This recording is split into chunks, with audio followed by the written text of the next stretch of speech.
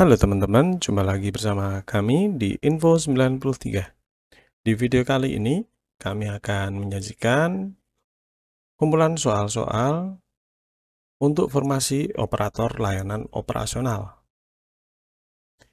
Di part kedua ini, kita akan membahas lebih detail lagi apa-apa saja yang akan keluar nantinya di tes P3K dan CPNS di tahun 2024.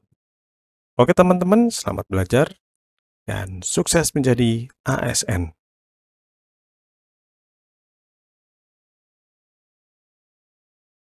Apa yang dimaksud dengan surat menurut Dr. Andes Saiman, MSI? A. Komunikasi tertulis yang ditujukan kepada pihak lain untuk menyampaikan informasi dengan menggunakan kata-kata yang bersifat umum dan jelas. B. Media komunikasi yang digunakan untuk menyampaikan pesan secara lisan kepada pihak lain. C. Alat komunikasi yang hanya digunakan dalam lingkungan internal suatu organisasi. D. Dokumen resmi yang hanya digunakan untuk keperluan kedinasan. E. Media yang digunakan untuk menyampaikan informasi melalui internet. Jawabannya adalah A. Komunikasi tertulis yang ditujukan kepada pihak lain untuk menyampaikan informasi dengan menggunakan kata-kata yang bersifat umum dan jelas.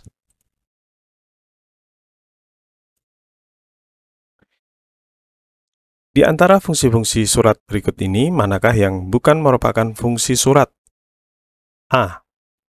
Alat bukti tertulis. B. Alat pengingat. C. Bukti historis. D. Alat komunikasi digital. E. Duta organisasi. Jawabannya adalah D. Alat komunikasi digital.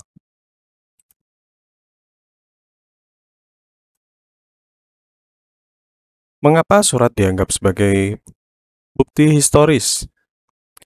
A. Karena surat selalu menggunakan bahasa resmi dan baku. B. Karena surat dapat dijadikan bukti jika terjadi perselisihan. C. Karena surat berfungsi sebagai pedoman dalam pelaksanaan pekerjaan. D. Karena surat berguna sebagai bahan riset mengenai keadaan atau aktivitas suatu organisasi pada masa-masa lalu. E. Karena surat mencerminkan keadaan mentalitas jiwa dan kondisi intern dari suatu organisasi. Jawabannya adalah D. Karena surat berguna sebagai bahan riset mengenai keadaan atau aktivitas suatu organisasi pada masa-masa lalu.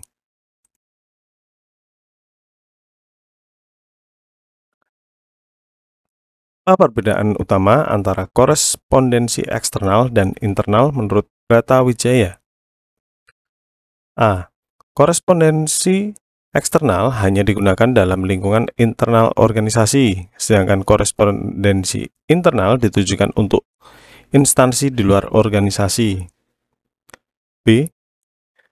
Korespondensi eksternal melibatkan surat menyurat pada pihak di luar instansi, sedangkan korespondensi internal digunakan dalam lingkungan sendiri, termasuk antar kantor pusat dengan cabang-cabangnya atau kantor daerah. C.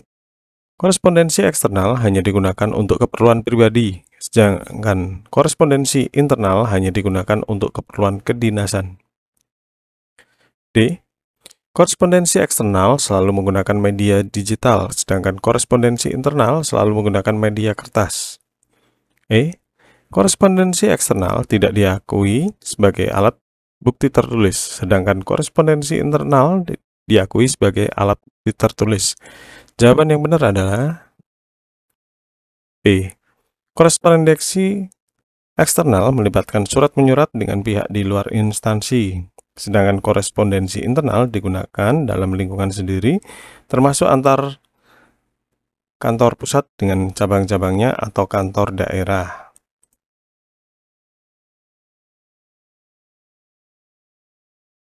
Manakah di antara tujuan berikut yang bukan merupakan salah satu dari 3 tujuan surat? A. Menyampaikan informasi. B. Mendapatkan tanggapan dari pembaca surat. C. Menyampaikan informasi sekaligus meminta tanggapan pembaca. D. Memberikan instruksi khusus kepada penerima surat. E. Mendokumentasikan percakapan antar pihak. Jawabannya adalah D. Memberikan instruksi khusus kepada penerima surat.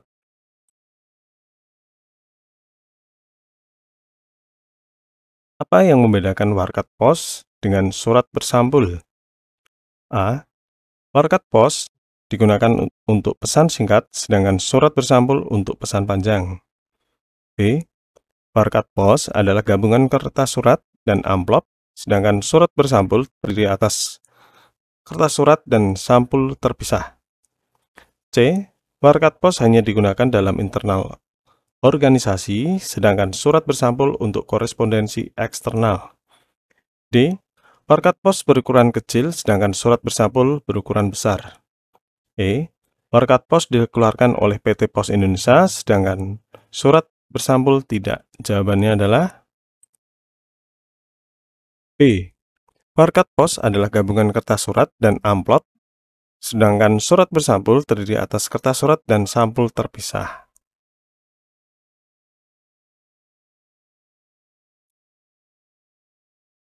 Apakah fungsi utama dari surat tanda bukti? A. Menyampaikan pesan singkat dalam organisasi. B.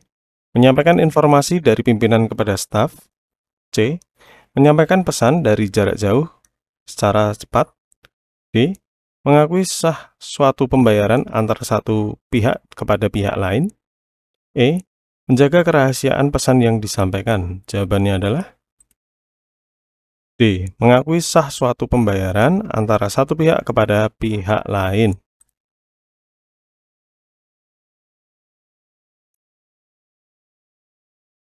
Surat yang dibuat oleh seorang yang isinya menyangkut kepentingan atau hal-hal yang sifatnya personal atau pribadi disebut sebagai A. Surat dinas, B. Surat bisnis, C. Surat pribadi, D. Surat konfidensial, E. Surat segera. Jawabannya adalah C. Surat pribadi. Apa yang membedakan surat dinas dengan surat bisnis? A. Surat dinas berisi kepentingan tugas dan kegiatan dinas instansi pemerintah, sementara surat bisnis digunakan oleh badan yang menyelenggarakan kegiatan bisnis. B. Surat dinas selalu bersifat rahasia, sementara surat bisnis tidak pernah bersifat rahasia. C. Surat dinas tidak memerlukan amplop, sementara surat bisnis selalu menggunakan amplop. D. Surat dinas ditujukan untuk individu, sementara surat bisnis hanya untuk instansi. E. Surat dinas dan surat bisnis memiliki format yang sama. Jawabannya adalah A. Surat dinas berisi kepentingan tugas dan kegiatan dinas instansi pemerintah, sementara surat bisnis digunakan oleh badan yang menyelenggarakan kegiatan bisnis. Manakah di antara surat-surat berikut yang termasuk dalam kategori surat konfidensial? A. Surat biasa, B. Surat tugas, C. Surat pribadi, D. Surat terbatas untuk kalangan tertentu, E. Surat bisnis. Jawabannya adalah D. Surat terbatas untuk kalangan tertentu.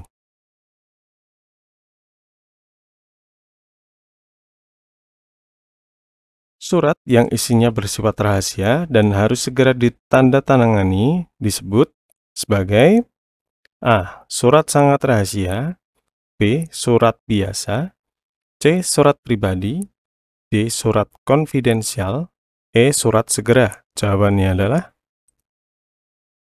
A. Surat sangat rahasia.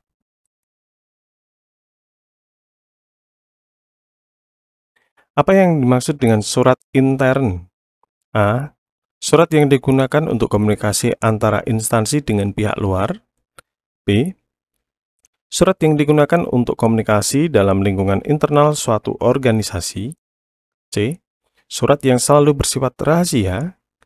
D. Surat yang digunakan dalam prosedur pengurus surat keluar. E. Surat yang digunakan untuk kepentingan bisnis. Jawabannya adalah B. Surat yang digunakan untuk komunikasi dalam lingkungan internal suatu organisasi. Manakah di antara pernyataan berikut yang paling tepat untuk menggambarkan fungsi utama dari unit penerima surat dalam organisasi pengelolaan surat masuk? A. Mengolah dan menata arsip surat. B. Menerima, memeriksa, dan mengantarkan surat kepada unit penyortir. C. Menyortir surat berdasarkan kategori tertentu. D. Mencatat semua surat yang diterima dan dikirimkan. E. Mengarahkan surat kepada unit pengolah. Jawabannya adalah B. Menerima, memeriksa, dan mengantarkan surat kepada unit penyortir. Apa yang dimaksud dengan surat keluar dalam konteks tata usaha dan kearsipan? A. Surat yang dikirim dari perorangan kepada instansi. B. Surat yang diterima dari instansi lain atau perorangan melalui pos atau kurir. C. Surat yang dibuat dan didistribusikan oleh bagian tata usaha dan kearsipan suatu instansi. D. Surat yang disortir berdasarkan kategori tertentu. E. Surat yang disimpan dalam arsip instansi. Jawabannya adalah C. Surat yang dibuat dan didistribusikan oleh bagian tata usaha dan kearsipan suatu instansi. Unit manakah yang bertanggung jawab untuk mencatat semua surat yang diterima dan dikirimkan dalam organisasi pengelolaan surat masuk? A. Unit penerima. B. Unit penyortir. C. Unit pencatat. D. Unit pengolah, pengarah. E. Unit pengolah. Jawabannya adalah C. Unit pencatat. Dalam prosedur pengelolaan surat masuk, setelah surat diterima dan diperiksa oleh unit penerima, langkah selanjutnya adalah A. Menyortir surat berdasarkan kategori tertentu. B. Mencatat surat dalam buku ekspedisi. C. Mengarahkan surat kepada unit pengolah. D. Menyimpan surat dalam arsip instansi. E. Mengantarkan surat kepada unit penyortir. Jawabannya adalah E. Mengantarkan surat kepada unit penyortir. Apa tujuan utama dari prosedur pengelolaan surat masuk dan surat keluar yang dilakukan secara tertata dan berurutan? A. Untuk memastikan semua surat bersifat rahasia. B. Untuk mempermudah pengarsipan surat. C. Untuk menghindari hilangnya surat. D. Untuk memperlancar administrasi instansi tersebut. E. Untuk mencatat semua surat yang diterima dan dikirimkan. Jawabannya adalah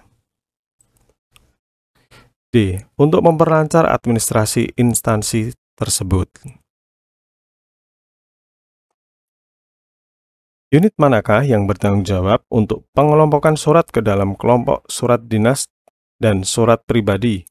A. Unit penerima. B. Unit penyortir. C. Unit pencatat. D. Unit pengarah.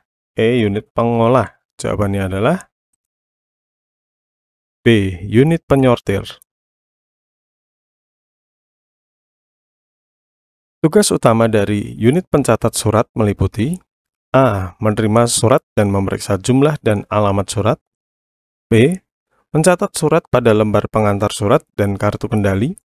C. Mengelompokkan surat ke dalam kelompok surat dinas dan surat pribadi. D. Meneliti surat berikut lampirannya. E. Mengirim surat dalam keadaan terbuka. Jawabannya adalah B. Mencatat surat pada lembar pengantar surat dan kartu kendali. Apakah tugas utama dari unit pengarah surat? A. Mengelompokkan surat berdasarkan klasifikasi surat. B. Menyampaikan surat-surat kepada unit pengolah menggunakan buku pengiriman surat. C. Mencatat surat pada lembar pengantar dan kartu kendali. D. Mengolah lebih lanjut surat-surat yang diterima. E. Menyimpan surat-surat yang telah selesai diolah. Jawabannya adalah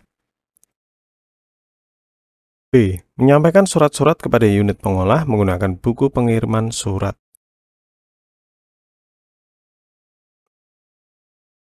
Dalam prosedur pengelolaan surat, unit manakah yang bertanggung jawab untuk memproses atau mengolah lebih lanjut surat-surat yang diterima? A. Unit penerima, B. Unit penyortir, C. Unit pencatat, D. Unit pengarah, E. Unit pengolah. Jawabannya adalah E. Unit pengolah. Setelah surat-surat selesai diolah, unit manakah yang bertugas menyimpan surat-surat tersebut dengan menggunakan sistem kearsipan yang telah dibakukan oleh organisasi? A. Unit penerima, B. Unit penyortir, C. Unit pencatat, D. Unit pengarah, E. Unit penata arsip. Jawabannya adalah E. Unit penata arsip. Prosedur pencatatan dan pendistribusian surat yang menggunakan buku agenda dan buku ekspedisi sebagai tanda bukti penerimaan, pengiriman, atau pendistribusian surat atau barang disebut A. Prosedur tata naskah, B. Prosedur buku agenda, C. Prosedur kartu kendali, D. Prosedur ekspedisi surat, E. Prosedur surat masuk. Jawabannya adalah B. Prosedur buku agenda. Apa yang dimaksud dengan prosedur kartu kendali dalam pencatatan dan pendistribusian surat? A. Pencatatan surat secara manual dalam buku agenda, B. Pengelolaan surat secara elektronik, C. Prosedur pencatatan dan pengendalian surat sehingga surat dapat dikontrol sejak masuk sampai disimpan, D. Penataan naskah secara kronologis dalam suatu berkas, E. Penyortiran surat berdasarkan klasifikasi tertentu. Jawabannya adalah C. Prosedur pencatatan dan pengendalian surat sehingga surat dapat dikontrol sejak masuk sampai disimpan. Dalam prosedur pengelolaan surat masuk, setelah unit penerima meneruskan surat kepada unit penyortir, langkah selanjutnya adalah A. Mencatat surat dalam buku agenda, B. Mencatat surat dan meneruskan kepada unit pencatat surat, C. Mengelompokkan surat berdasarkan kategori tertentu, D. Mengarsipkan surat melalui sesuai dengan sistem kearsipan, E. Menyiapkan kartu kendali rangkap 3. Jawabannya adalah B. Membuka surat dan meneruskan kepada unit catat surat. Tugas unit pengarah dalam prosedur pengelolaan surat masuk mencakup A. Menerima dan mengolah surat, B. Menyimpan surat dalam arsip, C. Menerima dan meneliti surat yang telah dilampiri kartu kendali untuk diarahkan kepada unit pengolah, D. Mencatat surat dalam buku agenda, E. Membuka surat dan memeriksa lampirannya. Jawabannya adalah C. Menerima dan meneliti surat yang telah dilampiri kartu kendali untuk diarahkan kepada unit pengolah.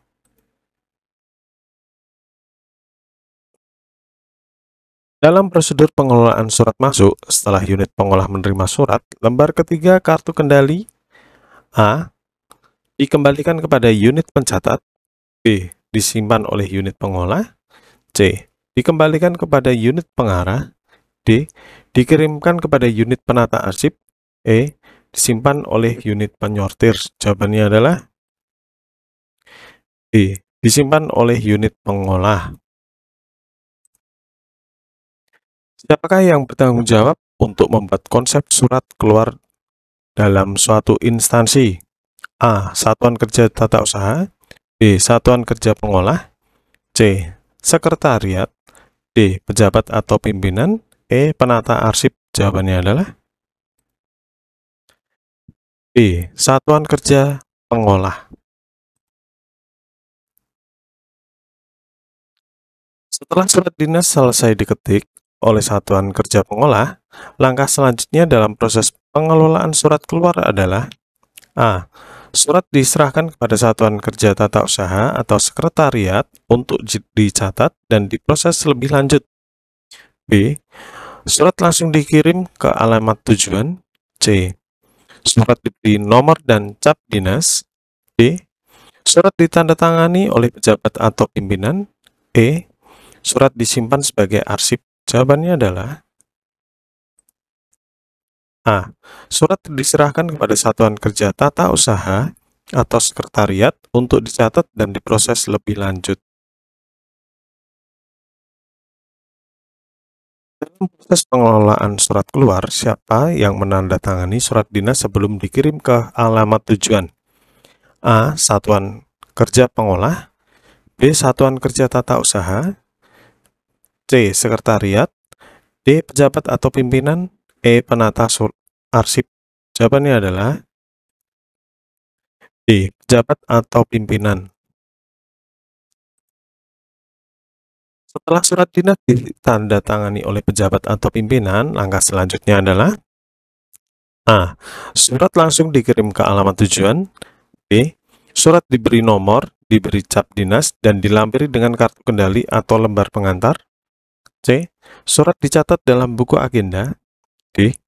Surat disimpan sebagai arsip. E. Surat diserahkan kepada satuan kerja pengolah. Jawabannya adalah E.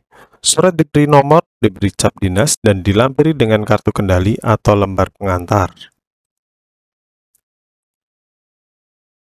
Dalam proses pengelolaan surat keluar, apa yang dilakukan oleh satuan kerja pengolah setelah menerima kartu kendali, lembar kedua dan ketiga? A. Menyimpan kartu kendali sebagai arsip. B. Menyimpan surat ke alamat tujuan. Mengirim surat ke alamat tujuan. C. Menandatangani kartu kendali sebagai bukti bahwa surat telah diproses dan dikirim. D. Menyerahkan surat kepada pejabat atau pimpinan. E. Membuka surat dan memeriksa lampirannya. Jawabannya adalah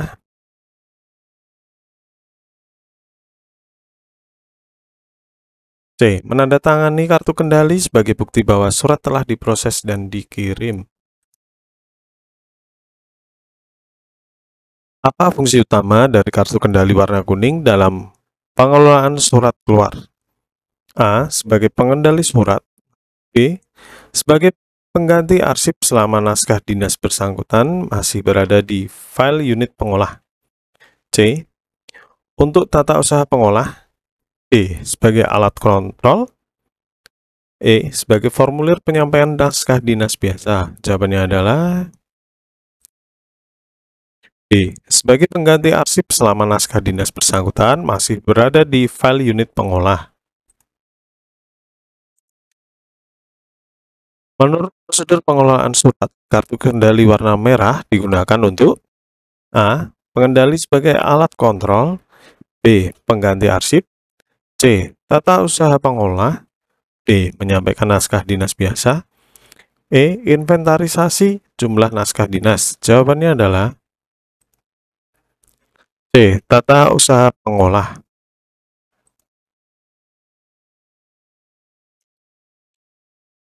Nomor urut pada kartu kendali digunakan untuk A. Menyampaikan naskah dinas biasa. B. Sebagai alat kontrol. C. Tanda pengenal komponen. D. Inventarisasi jumlah naskah dinas. E. Menuliskan disposisi.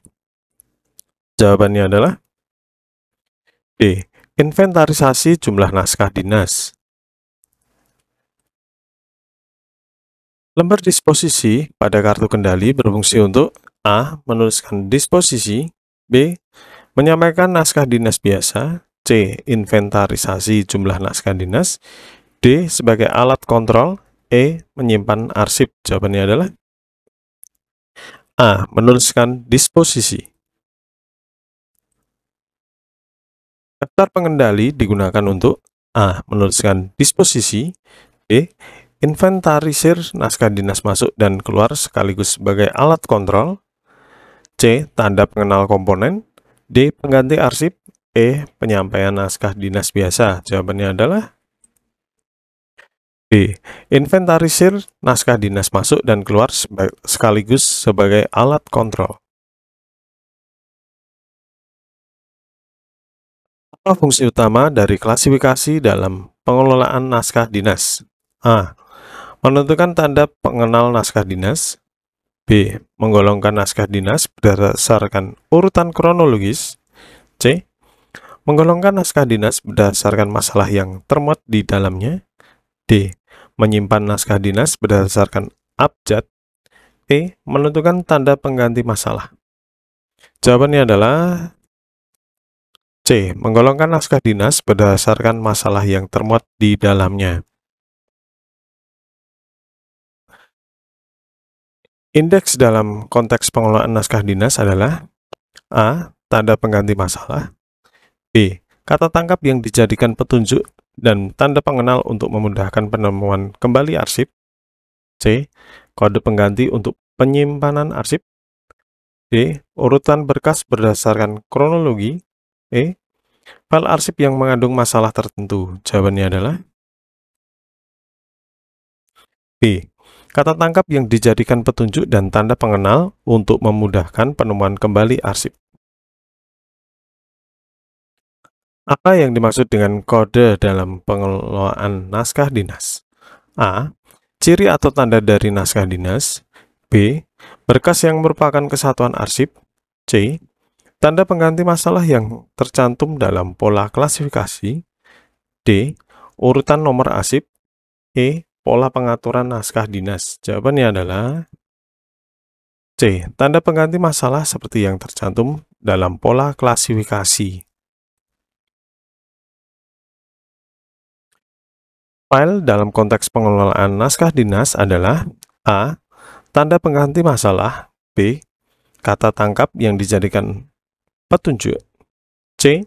Berkas yang merupakan suatu kesatuan arsip yang mengandung masalah tertentu dan disusun berdasarkan pola klasifikasi. D.